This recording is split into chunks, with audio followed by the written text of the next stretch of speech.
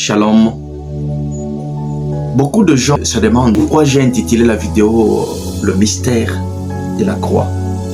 Il y a plusieurs douleurs en ces mois d'avril, principalement dans la famille de Christ, dans le monde du christianisme, dans ce qui était plus proche de Jésus-Christ à son époque. Il y a beaucoup de souffrances, de soucis dans ce mois d'avril. C'est dans ce mois où Satan a essayé de croire qu'il avait vaincu Jésus-Christ. C'est durant ce mois d'avril qu'on a eu en Jérusalem l'horrible chose que le monde n'a jamais connue. Mais cette chose horrible est la chose qui a donné la délivrance dans le monde du christianisme.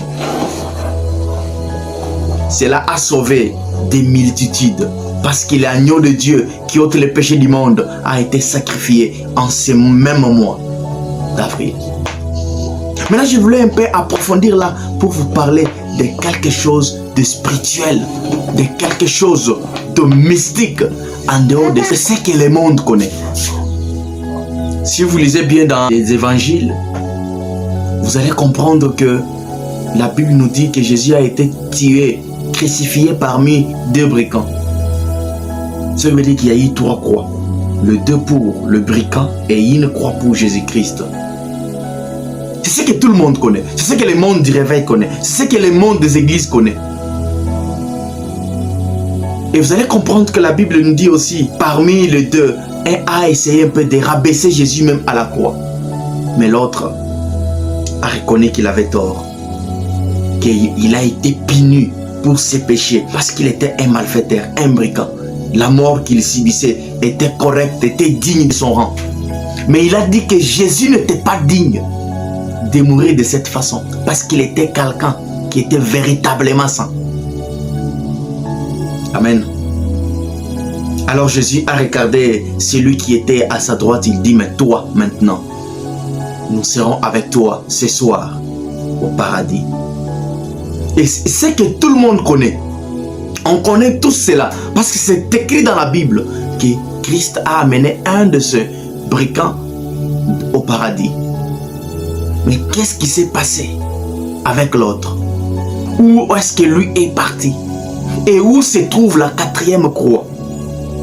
Frère Branham nous dit qu'il y a une 4e croix. Parce que les croix, c'était le bois. Christ était pendu au bois du calvaire. Et pendant que Christ était de l'autre côté au bois du calvaire, on a vu les traîtres. Judas, celui qui l'avait livré, il a reconnu qu'il était moins fort. Et il a reconnu qu'il avait fait une erreur. Mais c'était une erreur impardonnable. Alors il a jeté l'argent. Les 30 pièces d'argent qu'on avait donné. Il est allé, il s'est aussi pendu. Amen. Et là, frère Branham dit, pendant que tout le monde regarde, ils disent qu'il n'y a eu qu'une seule croix, il y a eu une 4e croix. C'était la croix où était pendu Judas, qui était le fils de perdition. Et frère Branham dit que Judas a amené aussi avec lui, comme il était la sémence du serpent, il a amené aussi avec lui un homme qui était un pécheur, mais qui ne s'est pas repenti. Il l'a amené aussi en enfer. Voilà pourquoi je dis, à la croix, au jour où Christ mourit, il y a 4 croix. Principalement, il y a la croix où était Christ. Il y a la croix, les 2 croix où se trouvaient les 2 brigands, et aussi une croix où se trouvait Judas, qui était le traître ou le fils de perdition. Que Dieu vous bénisse.